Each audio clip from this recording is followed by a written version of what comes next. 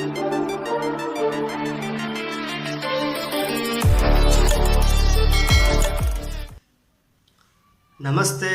आप सभी का हृदयपूर्वक पुनः हमारे चैनल पर स्वागत है। हम देख रहे थे 25 प्रकार की योग की परिभाषाएं और यह इसका पार्ट 2 है। अभी तक जिन लोगों ने हमारा पार्ट 1 नहीं देखा वह आई बटन पे लिंक है और डिस्क्रिप्शन में हम लिंक डाल देंगे, आप वहाँ पे जाके जरूर देखें। बिना देरी के हम पार्ट 2 स्टार्ट करते हैं। चलिए नमस्ते। नेक्स्ट जो डेफिनेशन है नंबर 15वें नंबर की जो परिभाषा है अग्नि पुराण के अनुसार है, ब्रह्म प्रकाशनम ज्ञानम योगस्तः त्रय चित्तता चित्तवृत्ति निरोधश्च जीवन ब्रह्मात्मनोः। यहाँ पर इसका जो अर्थ है, जब साधक की जो चित्त की जो वृत्तियां है उसका निरोध हो जाता है तब उसे ज्ञान रूपी प्रकाश का आवरण हो जाता है। उसके ऊपर क्या होता है, चित्त के ऊपर वो उसको प्राप्त हो जाता है प्रकाश, ज्ञान रूपी।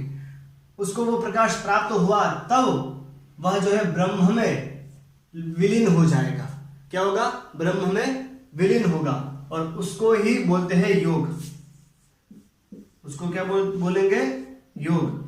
जिसके चित्त की वृत्तियों का निरोध हो गया है, जिसका मन शांत है, स्थिर है और ऐसे चित्त के ऊपर क्या लगा है, प्रकाश, आत्मज्ञान का प्रकाश उसको महसूस हुआ है, ज्ञान की प्राप्ति हुई है, उसको बोले हैं ब्रह्म ज्ञान की प्राप्ति होगी, उसको बोला जाएगा योग। अब देखेंगे डेफिनेशन नंबर 16 के नंबर की डेफिनेशन जो है वो है स्कंद पुराण के अनुसार। ठीक है, यहाँ पर जो है जीवात्मा और परमात्मा का जो पृथक्करण हो गया वही दुखों का कारण बताते हैं। ठीक है, हम श्लोक देखते हैं। जीवात्मा परमार्थो यम विभागः परम तपः सह एव परो योगः समासा कथितस्तपः। मतलब कि जीवात्मा और परमात्मा का जो पृथक्करण हो गया, ठीक है, हम क्या है, हमारा जो पूरा जीवन है हम वृत्तियों के अधीन होते हैं, हमारे इंद्रियों के अधीन हमारा जीवन को व्यतीत करते हैं, माया के अधीन है हम। ठीक है, इसलिए जो है हमारा जो जीवात्मा क्या है कि इस संसार रूपी सागर में ही डूबा हुआ है और जब वह परमात्मा में लीन होगा, ये जो पृथक्करण है उसका अपृथक्करण होगा, मतलब भिन्नता नष्ट हो जाएगी, एक रूप हो जाएगा, तब वह योग कहलाएगा। ये जो है स्कंद पुराण की डेफिनेशन है।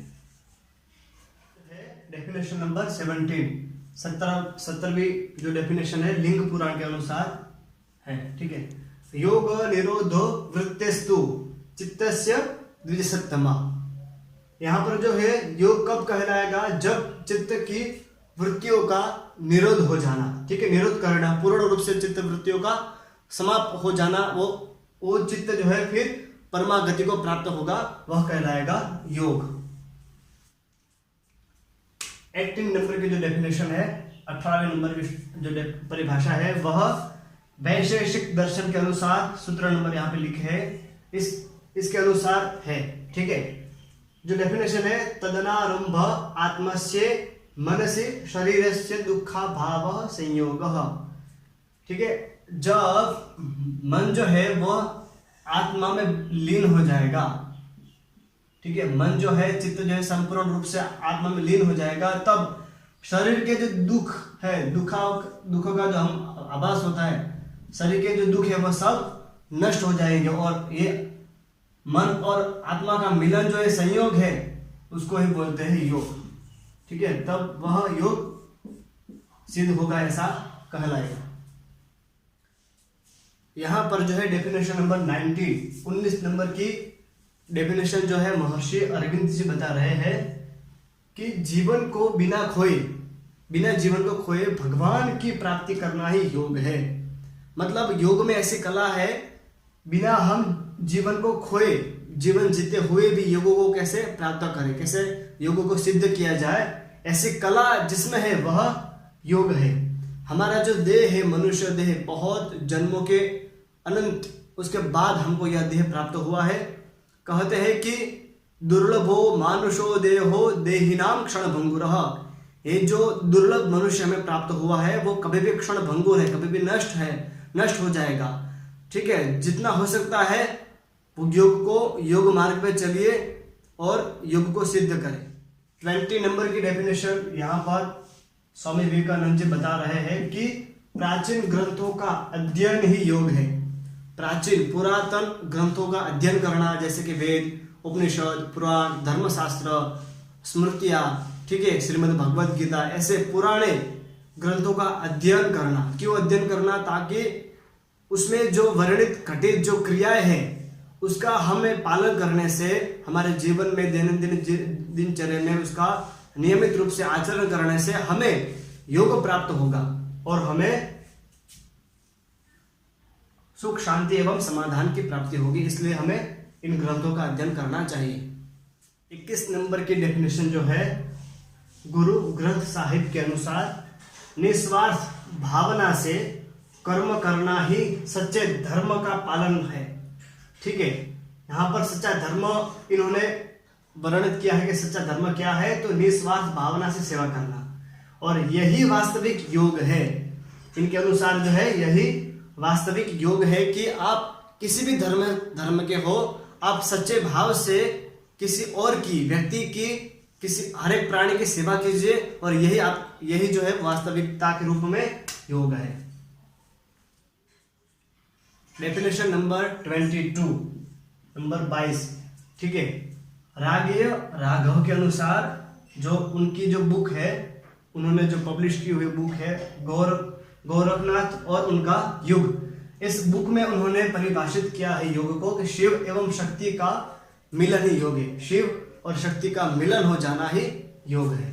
डेफिनेशन नंबर 23 नंबर के जो डेफिनेशन बताते हैं, योग वशिष्ठ, महर्षि योग वशिष्ठ बताते हैं कि संसार सागर से पार होने की युक्ति का नाम ही योग है।